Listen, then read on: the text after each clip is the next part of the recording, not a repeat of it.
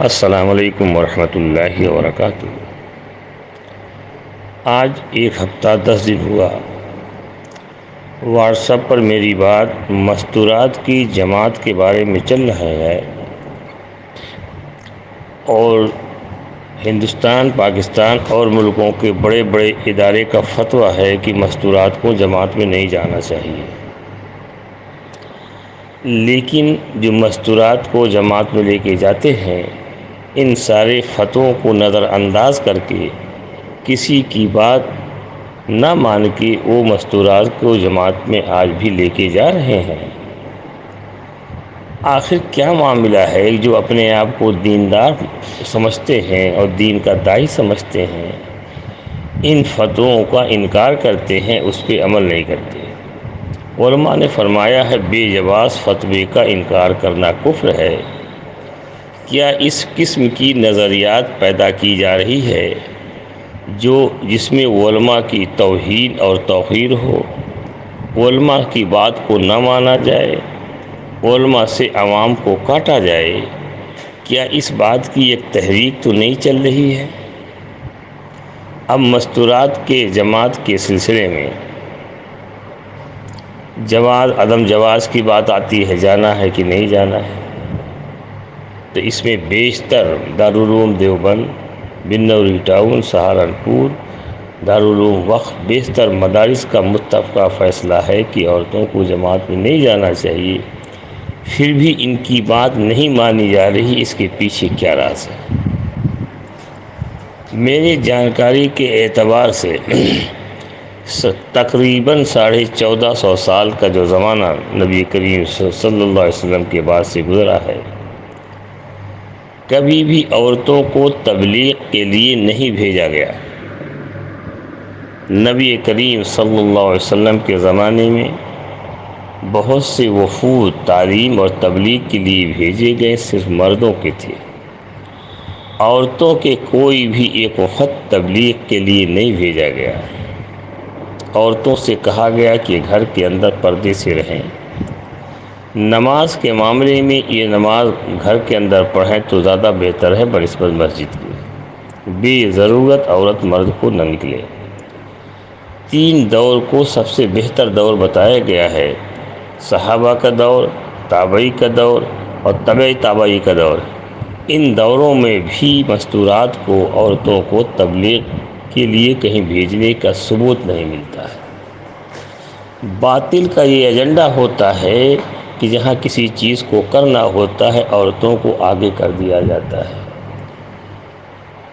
جو ملک اپنے ملک کے اندر مخلوط تعلیم نہ کرے، عورتوں کو باہر نہ نکالے، اس کی ایڈ روک دی جاتی ہے۔ اب اس سے اندازہ لگائیے یہ عورتوں کو نکالنے کی اسکیم کیسی ہے۔ اس وقت مستورات کی جماعت چل رہی ہے، جواز عدم جواز پر بحث چل رہی ہے۔ ایک چیز اور بتا دیں، مستورات کی جماعت کے لیے ایک ابو بکر حیدرآبادی نے کتاب لکھی ہے۔ ابو بکر حیدرآبادی، مفتی ابو بکر حیدرآبادی کی مریسات کے بڑے قریبی لوگوں میں سے ہیں، بہت تگڑے اندھ بھگت ہیں۔ اس کتاب میں دجل کیا کیا ہے، مستورات کی جماعت کو جائز قرار دینے کے لیے کہتے ہیں میاں جی داؤد مستورات کی جماعت کو لے کے جاتے تھے۔ اس کتاب کے پیج نمبر 38 پہ لکھا ہوا ہے کہ مستورات کی جماعت کا پس منظر۔ اس میں لکھا ہوا ہے کہ میاں جی داؤد یہ جماعت لے کے میوات میں 1942 میں مستورات کی گئی، اور وہاں سے آنے کے بعد مفتی کفایت اللہ صاحب کو اس کی کارگزاری سنائی، اور مفتی کفایت اللہ صاحب اس کارگزاری سے بہت خوش ہوئے اور جانے کی اجازت دے دی۔ اب یہاں 2 دجل ہوا۔ اس کتاب میں لکھا ہے کہ میاں جی داؤد کا خط ایک بہت معتبر آدمی نے بتایا ہے کہ وہ موجود ہے۔ تو ایک تو میاں جی داؤد کا خط وہ دکھاویں تو پتہ چلے گا۔ میاں جی داؤد کا خط زندگی بھر نہیں دکھا سکتے۔ میاں جی داؤد کے نام پر فراڈ کیا ہے، 1942 کا کوئی ذکر نہیں ہے۔ اور اس میں لکھا ہے کہ مفتی کفایت اللہ صاحب نے اس کی تائید کی۔ دو الزام، ایک تو میاں جی داؤد پر، دوسرے مفتی کفایت اللہ صاحب پر۔ کفایت مفتی کتاب ہے، حصہ 2 صفحہ نمبر 35 پر۔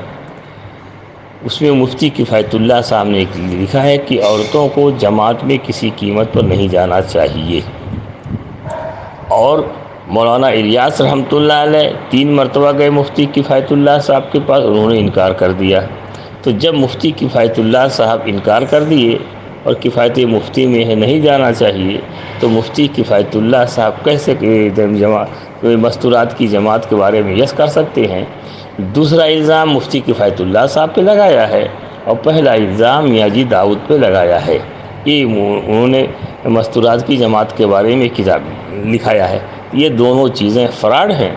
ایک تو مفتی کفایت اللہ صاحب نے کے بارے میں فراڈ کیا گیا، دوسرا میاں جی داؤد کے بارے میں فراڈ کیا گیا۔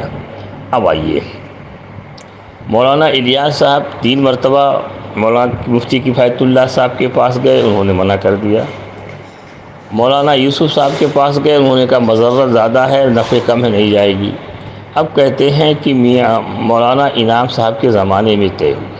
ایک سوال وصولی طرز میں پوچھتا ہوں، جب مولانا الیاس صاحب، مولانا یوسف صاحب، مولانا انعام صاحب کے زمانے سے یا ان کے مشورے سے یہ جماعت نہیں نکل رہی ہے، تو سوال پیدا ہوتا ہے کہ اس جماعت کا مشورہ کہاں ہوا؟ جماعت میں نکلنے والے حضرات اس کی تحقیق کریں مستورات کی، کہ مستورات کی جماعت کے نکالنے کا مشورہ کہاں ہوا۔ جب نکلنے کا مشورہ ہوگا تو شرائط کی بات ہوگی نا۔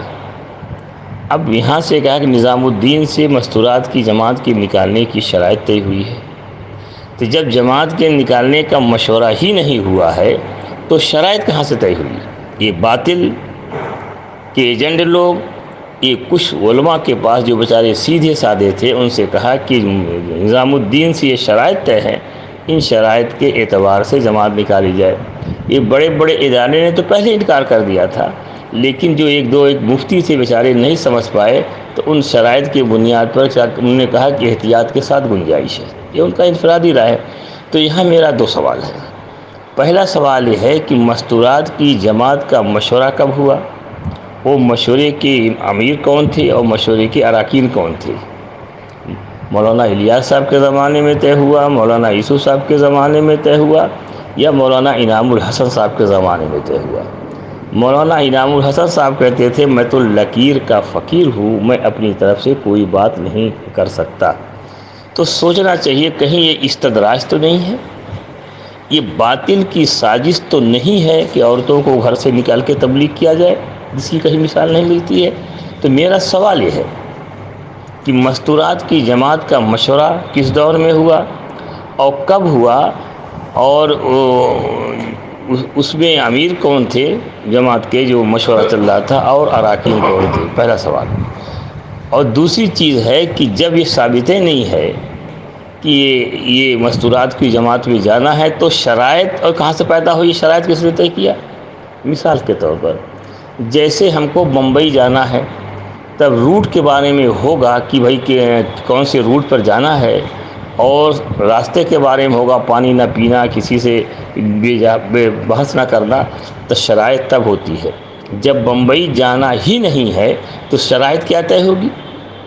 جب مستورات کا جانا ابھی تک کے اعتبار سے ثابت نہیں ہوا ہے کہ اس کا مشورہ ہوا ہے کہ مستورات کی جماعت جانا چاہیے، تو شرائط کہاں سے طے ہوگی؟ تو معلوم ہوتا ہے ایک لمبی سازش باطل کی ہے کہ عورتوں کے ذریعے سے اسلام کو تباہ و برباد کیا جائے۔ تو اب ہم جو مستورات میں لوگ جاتے ہیں، وہ اپنے اپنے ذمہ داروں سے پوچھیں کہ مستورات میں جانے کا مشورہ کب ہوا، اور مشورے کے اراکین کون لوگ تھے، اور جو شرائط طے ہوئی ہے کہ مستورات میں جانے کی نظام الدین سے یہ شرائط طے ہوئی ہے، وہ شرائط کا مشورہ کب ہوا اور شرائط میں کون لوگ تھے؟ ابھی 10 دن تک میں یہ بات کہہ رہا ہوں تو اس کا جواب نہیں آ رہا ہے۔ تو سوچو اور سمجھو، کہیں یہ بات باطل کی طرف سے گھسا تو نہیں دی گئی ہے کہ کسی کو کرتا پائجامہ دیکھ کے متاثر مت ہونا، اس لیے کہ جو باطل یا دین کو دوری پیدا کی جائے گی اسی شکل میں لوگ آئیں گے کہ جو بزرگ کی شکل میں ہوں گے اور دین کے اندر تحریف کریں گے۔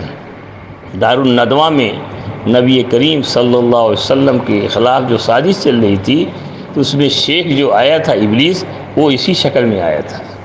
جو تحریکیں ہیں، گامدی کی ہو، غلام محمد قادیانی کی ہو، مودودی کی ہو، احمد رضا کی ہو، اسی شکل میں آ کے لوگوں کو برباد کیا ہے، تو آج گمراہ کیا ہے۔ تو آج اسی شکل میں آ کے جب ان 3 دوروں میں نہیں طے ہوا کہ جانا ہے، اگر طے ہوا ہے تو اس کے وہ ثبوت پیش کر دو، تو یہ کہاں سے طے ہو گیا کہ مستورات کو جماعت میں جانا ہے اور ان شرائط کے ساتھ جانا ہے؟ یہ استدراج، ایک دجل تو نہیں ہے؟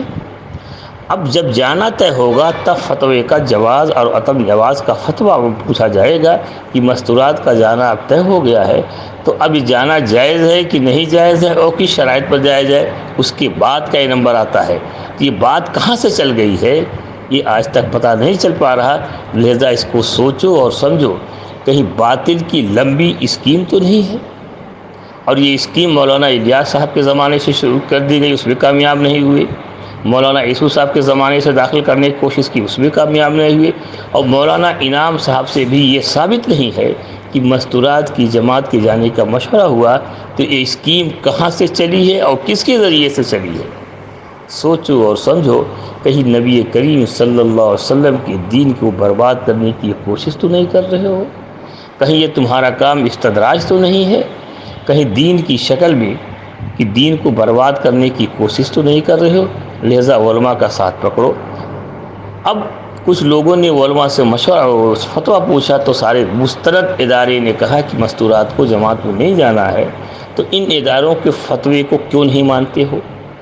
کیا ادارے کے فتووں کو، اداروں کو بدنام کرنے کے لیے اور برباد کرنے کے لیے دینی شکل میں ایک کوشش کی جا رہی ہے باطل کی طرف سے؟ ہم کو علماء کا ساتھ پکڑنا ہے، یہ وارث انبیاء ہیں، علماء جس بات کو منع کرے ہم کو مان جانا ہے۔ لہذا یہاں 2 سوال میرا ہے، ایک تو میاں جی داؤد کا خط فرضی ہے، دوسرا مفتی کفایت اللہ صاحب کے بارے میں جو کہا انہوں نے جانے کے لیے وہ ہاں بھر لی تھی، وہ جواب دیجیے۔ دوسرا سوال یہ ہے کہ یہ مشورہ کب ہوا اور کس کے دور میں ہوا؟ جب مشورہ ہوا ہی نہیں ہے یہ شرائط کہاں سے طے ہو گئی؟ لہذا سوچو اور سمجھو، اپنے آپ کو ان چیزوں سے بچاؤ جن چیزوں کو علماء منع کرتے ہیں۔ جب اسلام میں عورتوں کو اندر رہنے کی بات کی گئی ہے تو باہر کیوں نکالا جا رہا ہے؟ قرآن میں بھی آیا ہے کہ گھر کے اندر نماز پڑھو۔ اب ان کی خرابیاں کیا ہیں جو نکل رہی ہیں تو ہم بعد میں بتائیں گے، کہ ہمارے پاس اس کی بہت ساری رپورٹیں ہیں، لیکن سوال یہ ہے کہ جب یہ کس کے دور میں یہ مشورہ ہوا کہ مستورات کی جماعت نکالی جائے، اس کو ثبوت پیش کیجیے، اور جب جماعت نکالنے کا ثبوت ہوگا تب ہوگا کہ یہ شرائط پر جماعت نکالی جائے گی، اس کے بعد جواز عدم جواز کی بات آئے گی۔ یہ بحث تو بیکار ہے، جب اپنی مرضی سے نکل رہے ہو تو آپ کے لیے جواز اور عدم جواز کا معاملے کیا ہے؟ منمانی کر رہے ہو۔ جب کہیں سے طے ہی نہیں ہوا ہے کہ مستورات کی جماعت نکالی جائے تب آپ کے لیے فتویٰ بے فتویٰ سب برابر ہے۔ جب منمانی کر رہے ہو کرو، اللہ کے یہاں بھگتو گے، فقط والسلام۔